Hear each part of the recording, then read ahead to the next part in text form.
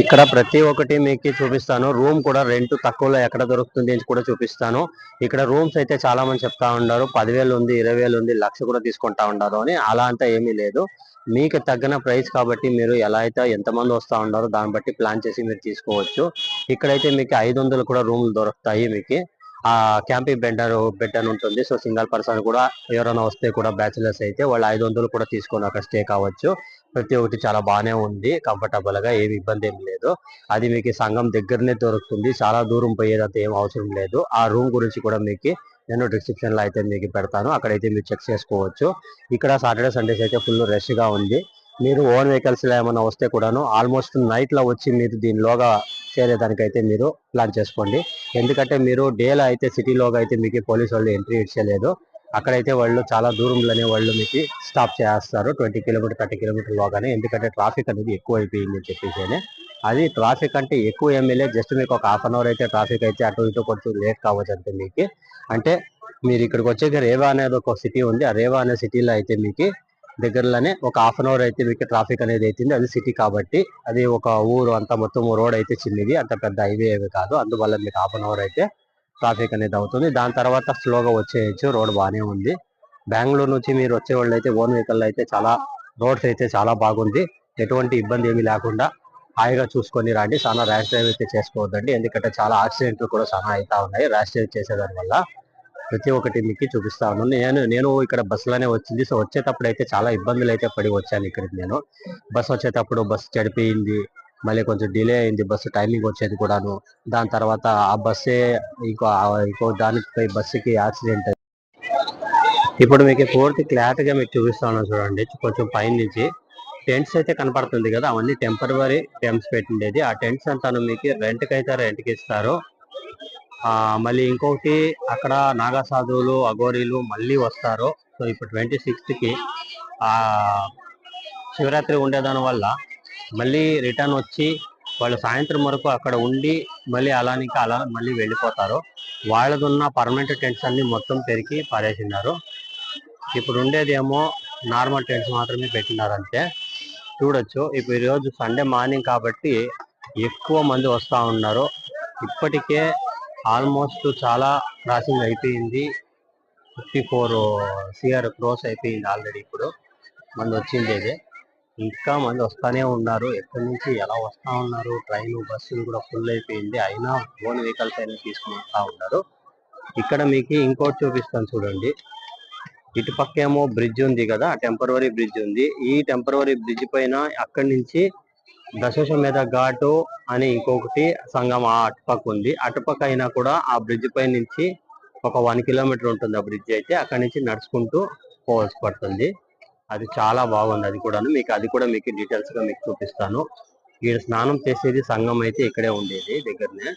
అది మీకు కనబడతానే ఉంది కదా, కొద్దిగా వాటర్ అనేది తగ్గిపోయింది ఇప్పటికీ. ఇంత మంది వచ్చి ఇక్కడ స్నానాలు అయితే చేసి అంతా దీంట్లో బాటిల్స్ లో అయితే క్యాన్స్ లో అయితే నీళ్ళు అయితే తీసుకొని వెళ్ళిపోతా ఉన్నారు. నీళ్ళు అయితే చాలా తగ్గిపోయింది ఇప్పుడు. చాలా క్రౌడ్ గా ఉంది ఇక్కడైతే, మీరు చూస్తా ఉన్నారు కదా. ఇంత క్రౌడ్ ఈ రోజు సండే కాబట్టి మొత్తము జనాలు నిండిపోయిండారు. ఇక్కడ నాన్ స్టాప్ గా జనాలు వస్తానే ఉన్నారు. కొంచెం కూడా గ్యాప్ అనేది లేకుండా పోయింది ఇక్కడైతే. ఇప్పుడు ఇక్కడ మొత్తం రోడ్ ఫుల్. ఒక సైడ్ ఏమో అంగడిలో పెట్టుకో ఉన్నారు ఏదైనా సేల్ చేసేదానికి, డబ్బాలు, పూలు, మళ్ళీ దీపాలు అయితే కొబ్బరికాయలు ప్రతి ఒక్కటి ఇలా పెట్టుకొని అన్ని చోట్లను వాళ్ళు సేల్ అనేది చేస్తా ఉంటారు. చూడొచ్చు ఎంత మంది ఉన్నారు అని చెప్పేసి. కొన్ని చోట్ల అయితే మనం అస్సలు కాలు కూడా పెట్టేకయ్యలేదు, అంత రష్ ఉంటుంది ఇక్కడ అంతాను.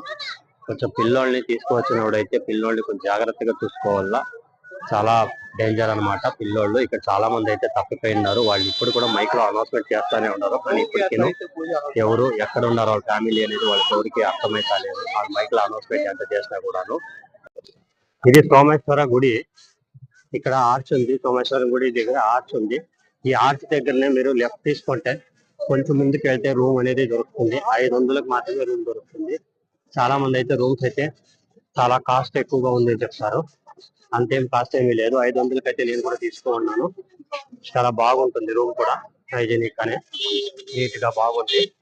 మీకు ఆ రూమ్ కూడా చూపిస్తాను ఎక్కడ ఉంది అని. ఇక్కడ నుంచి ఒక 500 మీటర్స్ అయితే మనం ముందుకు వెళ్తే మనకి రూమ్ అనేది దొరుకుతుంది హోటల్. అక్కడ పోయి రూమ్ అనేది మీకు మొత్తం చూపిస్తాను. ఇక్కడ ఉన్న 2 వీలర్స్ అంతాను వచ్చి వాళ్ళు అక్కడి నుంచి మనకి కార్ పార్కింగ్ అనేది ఇస్తారు కదా, కారు బస్సు పార్కింగ్ 20 కిలోమీటర్ దూరము. అక్కడి నుంచి అయితే మనకి 2 చోట్ల మనం చేంజ్ చేయాల్సి పడుతుంది. ఆ బస్సు కారు ఆపిన పార్కింగ్ చోటు నుంచి ఆటోస్ అయితే వస్తాయి. ఒకరికి 50 రూపాయలు తీసుకొని ఒక 10 కిలోమీటర్ల దూరం దాకా వాళ్ళు వదిలేసిపోతారు.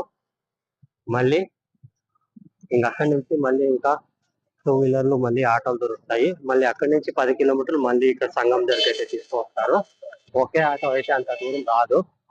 మధ్యలో వాళ్ళు ఒక చెక్ పోస్ట్ లాగా ఉంటుంది, ల్యాండ్ మార్క్. అక్కడికైతే వాళ్ళు ఆపేస్తారు అనమాట. అక్కడి నుంచి మళ్ళీ ఇంకొక బైక్ ఆటో పట్టుకోవాల్సి పడుతుంది. డైరెక్ట్ గా మనం రాలేము. 2 చోట్ల మనము చేంజ్ చేయాల్సి పడుతుంది బండ్లు అయితే. ఇక్కడ టీ తాగుతాము అని ఇక్కడ వచ్చినాము. మార్నింగ్ అయింది. ఈ టీ అయితే 20 రూపీస్ అంట. ఇంత చిన్న ఇటు నుంచి వచ్చి ఇక్కడికి వస్తే కరెక్ట్ గా మనకి ఇక్కడ రూమ్ అనేది కాటేజ్ ఉంది. ఇక్కడికి వేసినారు రూమ్స్ అండ్ డోర్మెటరీస్ 999 అని పెట్టినారు వన్ డే అనేసి. కానీ మనకి 500 అయితే ఇచ్చేస్తా ఉన్నారు. రూమ్స్ అయితే ఎక్కువగా ఉన్నాయి. ఇక్కడ కాంపిటీషన్ అయితే ఎక్కువగా జరుగుతూ ఉంది కాబట్టి ఇదే ఇప్పుడు దీనిలోగా అయితే మీకు చూపిస్తాను ఎలా ఉంటుంది అనేసి. దీనిలోగా ఇలాగే వచ్చేస్తే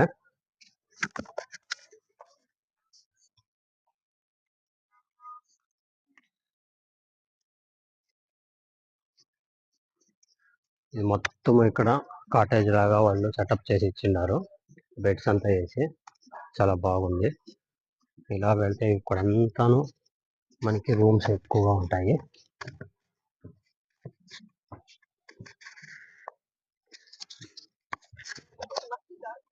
ఇదే రూమ్స్ అన్నమాట. ఇక్కడ మొత్తం బెడ్స్ వేసి ఉంటారు. అంత బ్యాచిలర్స్ ఎవరైనా ఫ్యామిలీస్ ఎవరు వచ్చినా కూడా ఇక్కడ వండుకోవచ్చు. బాగుంది రూమ్స్ కూడాను. జస్ట్ 500 రూపీస్ మాత్రమే ఒక పర్సన్ కి. ఒక బెడ్ ఒక బెడ్షీట్ అయితే ఇస్తారు. నేనైతే ఇక్కడ తీసుకోండి.